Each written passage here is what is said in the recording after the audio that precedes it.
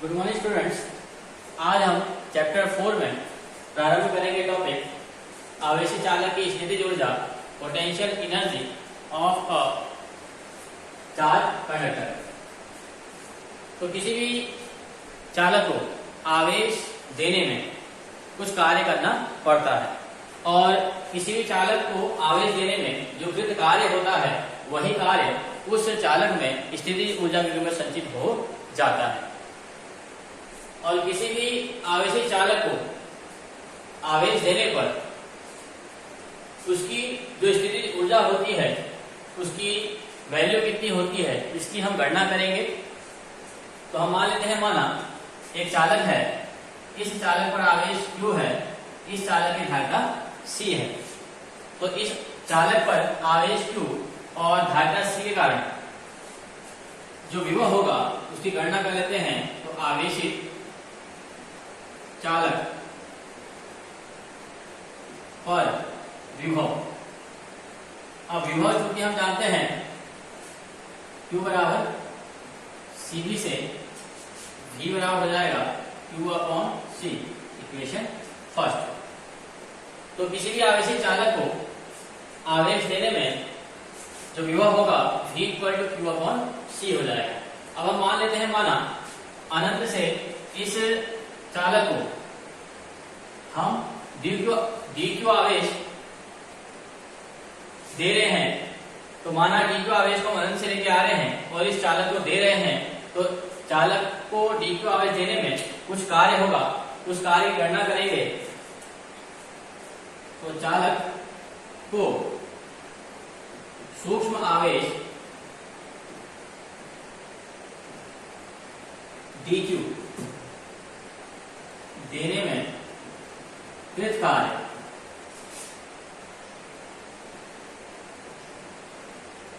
अब कार्य गणना करेंगे हम, क्योंकि हम जानते हैं विभव V बराबर होता है कार्य बटे आवेश। तो सूक्ष्म आवेश के लिए सूक्ष्म कार्य से हम सूक्ष्म कार्य निकालेंगे। तो dw इक्वल टू ये हो जाएगा V into dq, equation second. अब हम इस V की वैल्यू इसमें रखेंगे तो समीकरण 1 व 2 से, तो समीकरण 1 व 2 से चालक को dq आवेश देने पर कृत सूक्ष्म कार्य dw equal to Q upon C dq हो जाएगा। अब चालक को कुल आवेश, चालक को कुल आवेश Q देने में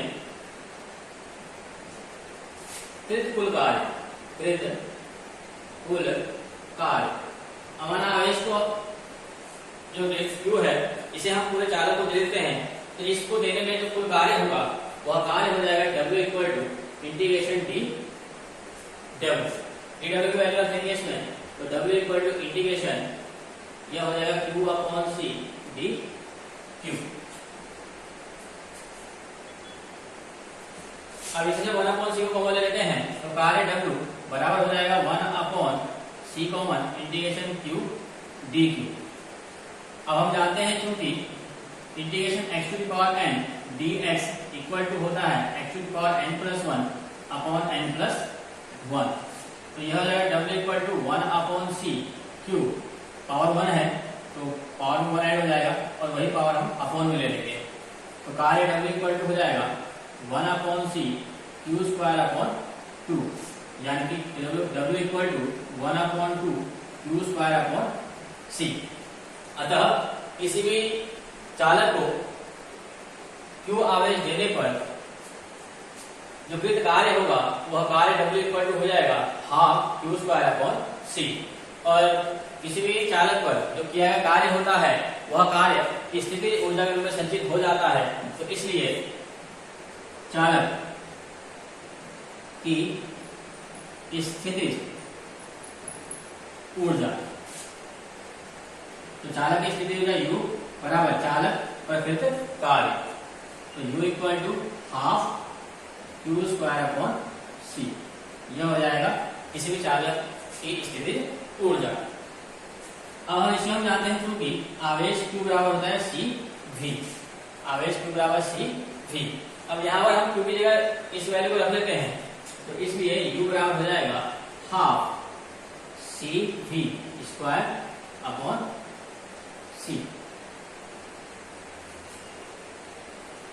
या U equal to half C square V square, square कर देंगे इसका अपॉन सी, ये सी से सी स्क्वायर कैंसिल, तो U equal to half C V square. ये विभव और धारिता के रूप में स्थिति ऊर्जा होगी चालक की। इसके पश्चात यहाँ U बराबर हाफ सी वी स्क्वायर, तो हम लिख सकते हैं सी वी इंटू वी, और सी वी होता है Q,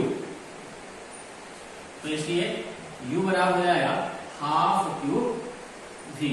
ये आवेश और विभव के रूप में चालक की स्थिति ऊर्जा होगी। अतः किसी भी चालक, आवेशी चालक की जो स्थिति ऊर्जा होती है U, यह होती है half Q square upon C, half C V square और हाफ Q V।